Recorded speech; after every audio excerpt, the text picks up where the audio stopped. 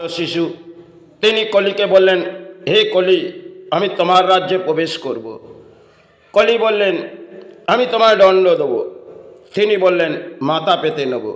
কারণ যখন আপনি সৎ কর্ম নিয়ে কলির রাজ্যে প্রবেশ করবেন, দেখবেন কলির দণ্ড আপনাকে পেতেই হবে। কারণ এগুলো কলির রাজ্যে আপনি প্রবেশ করেছেন, আর কলির দণ্ড আপনাকে পেতে হবে। চলুন আসা যাক কলির অদ্ভুত রহস্য। হয়তো সমাজের কাছে তার যুক্তই, হয়তো সমাজ নেবে না।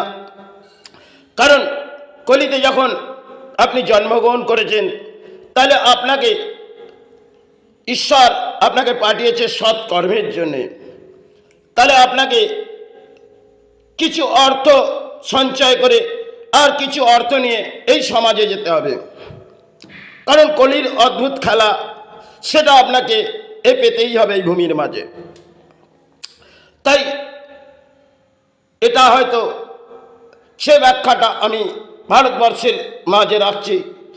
জীবনে দারিদ্রতা দুঃখের মাঝে যখন এই বাংলার মাঝে এলাম, সেখানে বহু কিছু হয়তো ঝড় বয়ে গেল।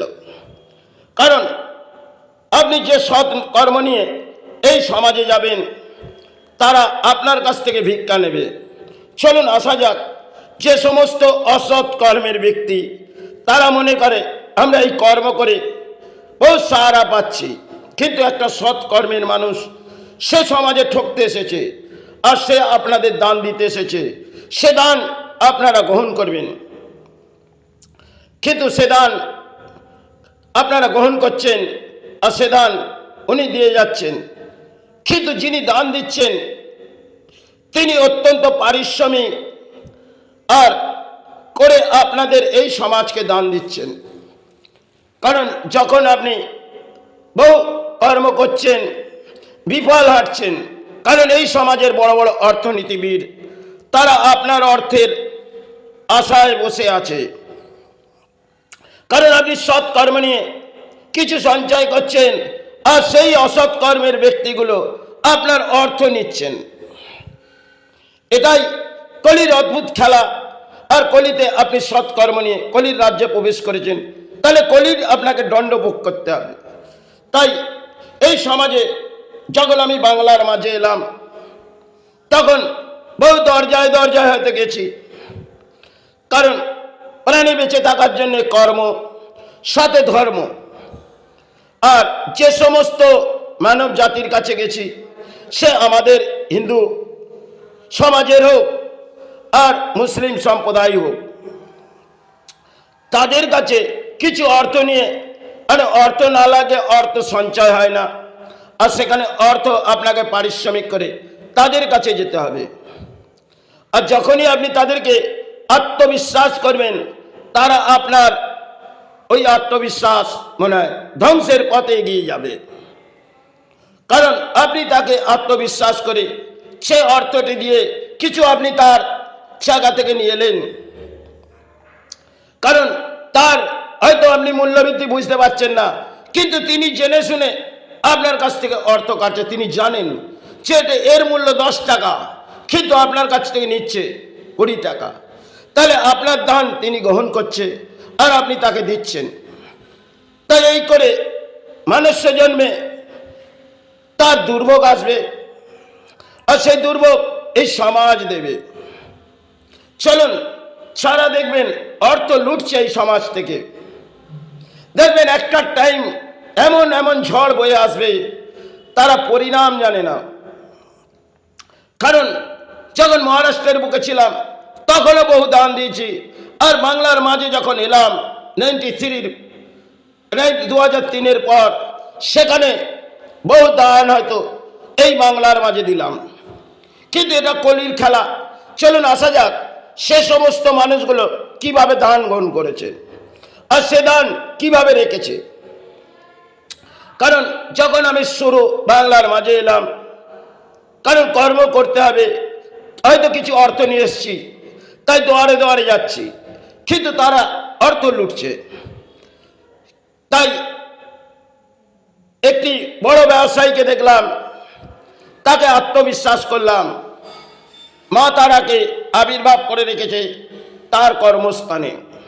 তাহলে সেখানে তিনি যখন বহু অঙ্কের অর্থ লুটে নিলেন আর ব্যাখ্যা করলেন, সেটা হয়তো আমার গ্রহণযোগ্য নয়, কিন্তু আমি একটি ব্যাখ্যা তাকে বললাম, আমি অর্থ লাগে 2 পয়সা অর্থ সঞ্চয়ের আশায় এসেছি, তাহলে আপনি এ অর্থ সে কেড়ে নিলেন। উনি সে ব্যাখ্যা গ্রহণ করলেন না। বেশ কিছু সময় কাটলেন, তার জীবনে কি ঘটলেন, কারণ কিভাবে তার জীবনে দুর্ভোগ নেমে এলেন। বেশ কিছু প্রাণী এলেন, তারা তাকে এনকাউন্টার করে দিলেন, কারণ তার কাছে যে অর্থ ছিল সেগুলো নেবার জন্যে। আর তিনি যখন বুঝতে পারলেন সে অর্থ তার কাছ থেকে নিতে এসছে, তখন তিনি তাকে চিনতে পারলেন, তাই তাকে এই ভূমি থেকে চলে যেতে হলো। তাই এই ধরনের আরো কিছু ব্যাখ্যা বলছি, সেগুলো আপনাদের সমাজে হয়তো গ্রহণযোগ্য নয়। কারণ একটি মানুষ, তিনি বহু অর্থ লুটছে, গরিব মধ্যবিত্ত, তার কাছে কিছু নয়, তিনি অর্থের পাহাড় করে রেখেছে। যখন নোটবন্দি হলেন, তখন এক পাগলের মতন পথে ঘুরতে লাগলেন, কারণ তিনি ভিখারি হিসেবে পথে ঘুরতেন আর সমাজ থেকে অর্থ নিতেন। কিন্তু যখন একটি ডেঙ্গু হলেন, এই তার মানুষ্য জন্মে, তিনি দেহ ত্যাগ করলেন। কারণ সেই অর্থ আমি ব্যাখ্যা করেছিলাম, সে আপনি যে এই অর্থগুলো সমাজ থেকে লুটছেন, এই অর্থ আপনার মাটিতে পুঁতে দিতে হবে, এটা আমি তাকে বলেছিলাম। তিনি আমাকে কটু ভাষায় ব্যাখ্যা দিয়েছিলেন, কারণ আপনি সৎ ব্যাখ্যা দিচ্ছেন, তিনি গ্রহণ করবেন না, তাই তিনি কটু ব্যাখ্যা করলেন। তার পরজীবনে যে কি ঘটল সেটা মাই জানে, কারণ তার বাড়ির অন্য কেউই গ্রহণ করল না। দেবী দুবারা আবির্ভাবে তিনি তার ক্রিয়া কাজ হলো, সেখানে তার বসস্থানে কেউ গেল না। দেখুন অদ্ভুত খেলা। এই ধরনের বহু মানুষকে দেখেছি যারা সুদের অঙ্কের অর্থ নেয়। শুনবেন, ভাববেন না আপনি গরিব মধ্যবিত্ত তাদের কাছে যাচ্ছেন, তারা আপনার অর্থ নিচ্ছেন, আর কিছু আপনার যে সমস্ত জিনিসগুলো আপনারা বন্ধকে রাখেন, তা থেকে কিছু অর্থ হয়তো আপনার নেয়, তা থেকেও আবার কিছু অর্থ কিভাবে কাড়ে নেয়। কারণ তখনকার দিনে দেখবেন 2টি অঙ্কের বাট আছে, আপনার কাছে নেবার সময় এক বাটে নেবে আর দেবার সময় আর একটা বাটে, এই ধরনের। কিন্তু তাদের পরিণামটা আমি দেখেছি, তাদের সর্বশান্ত হতে হয়েছে, কারণ বহু অসৎ কর্মীকে তারা পরিণাম দিয়েছে। তাই ঈশ্বর তাকে খেলা দেখিয়েছেন। আর আমি বহু কিছু দেখেছি, সেগুলো জীবনের মাঝ দিয়ে কেটে গেছে। স্নানের মাঝে কিছু কিছু কর্ম করার জন্য ডাকলাম, তারা অর্থ লুটতে এসেছিলেন, কিন্তু মা কয়েকটা দিন কাটলো, তাদেরকে এমন সাহারা দিলেন, তিনি আমার কাছে মোবাইল নিয়ে এলেন। কিন্তু আমার একটি ব্যাখ্যা, সে যে পাপ কাজ করেছ, তার মনে হয় আপনার মনীষাবও এর রক্ষা করতে পারবে না। কারণ মন্দির সবই আত্মার জায়গা সৃষ্টি করা, কিন্তু আপনি কর্ম করছেন আর এই অসৎ ব্যক্তিগুলো আপনার অর্থ লুটছেন। দেখবেন আপনি আইনের পথ হাঁটছেন, তারাও কিন্তু সুখে নেই। আপনি কোনো প্রশাসনে যাচ্ছেন, সে অর্থ নিচ্ছে, ছাড়বেন একটা সময় তাদের অর্থ বিলিং হবে। কারণ আজকে দেখবেন ডাক্তারি সমাজ, তারাও অর্থ নিচ্ছেন। কারণ বহু ডাক্তার আজও ভালো আছে, কিন্তু কিছু অংশের এমন ভেঙে পড়েছে, সেটা আর ভাষা জানাবার নয়। সমাজে যত ঘুরেছি তার অদ্ভুত কাহিনী হয়তো এই সমাজে গড়ে দিয়ে যাচ্ছি। কারণ কলির হয়তো জীবনে কেটেছে কলির রাজ্যে, তাই এটা কলির ব্যাখ্যা আমি আপনাদের বলছি। আপনি আপনার সৎ কর্ম নিয়ে কাটিয়ে যান, দেখবেন যারা অসৎ কর্মের ব্যক্তি, তাদের জীবনে দুর্ভোগ আজ নয়তো কাল। কেন এগুলো আমাদের ধর্মের শাস্ত্রে রাখা আছে, সেগুলো মেনে চলুন। জানবেন আপনি সৎ কর্ম নিয়ে হয়তো ঠকছেন, আপনি ঠকে যান, ঈশ্বর আপনাকে কিছু দিচ্ছে না, আপনি ভাববেন না আপনি আপনার এমন জীবনে কাটবে, সে সন্তান থাকলে পরিবার থাকলে এই সমাজে অর্থ দিতে গিয়ে আপনার ঘরে অন্যের আহার আসবে না, এটাও আসতে পারে, কারণ জীবনে কাটিয়েছি। যখন আপনি বেশ কিছু অর্থ সমাজে দান করে দিলেন আর আপনার বাসস্থানে কিছু নেই, কারণ এই কলির দণ্ড সেটা আপনাকে গ্রহণ করতে হবে। এটা সৎকর্মের লড়াই হওয়া চাই। অসৎ কর্মের বলি যদি আপনার প্রাণে থাকে, তাহলে এই সমস্ত অসৎ কর্মকে আপনি জয়ের রাস্তা হাঁটতে পারবেন না। আপনি আপনার সৎ কর্ম নিয়ে চাই ঈশ্বরের নামেই থাকুন আর কর্মের কাজও করুন, কিন্তু সৎ কর্ম। আজকে আমার বাংলায় দেখব ওপর থেকে নিচে অবধি অসৎ।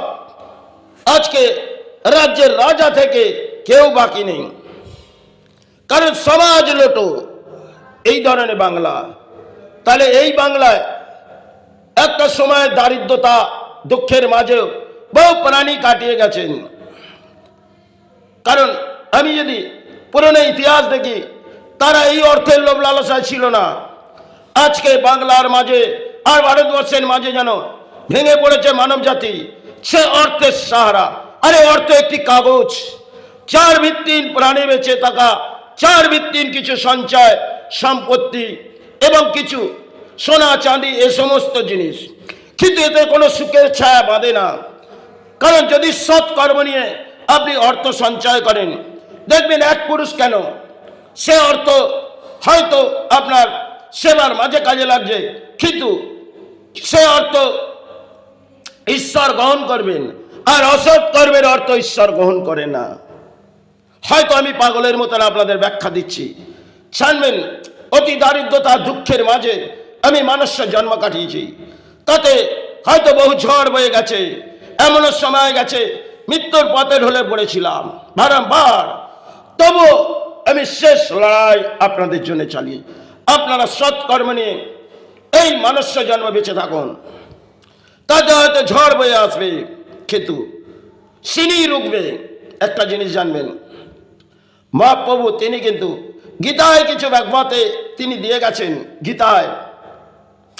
আর সে সমস্ত আমাদের কাছে যোগ্যতা নেই, যে সমস্ত বই লিখে ভারতবর্ষের সাধকরা গেছেন তাতেও কিছু লেখা আছে, কিন্তু আজকে সমাজ হয়তো একটি গীতা পাঠ হয়, কিন্তু ভগবত আমাদের সমাজ থেকে চলে গেছে। চণ্ডী পণ্ডী সমস্ত বই হয়তো আমাদের সমাজ থেকে চলে গেছে।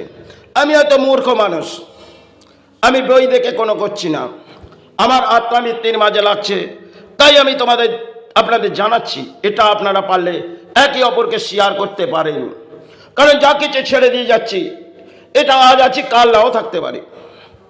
আপনি সৎ কর্ম নিয়ে ঈশ্বরের নাম নিয়ে যে কর্মই করুন না কেন আপনি সাহারা কাটান, কারণ এ কলি আপনাকে হয়তো দণ্ড দেবে, আপনি দণ্ড গ্রহণ করতে পারেন।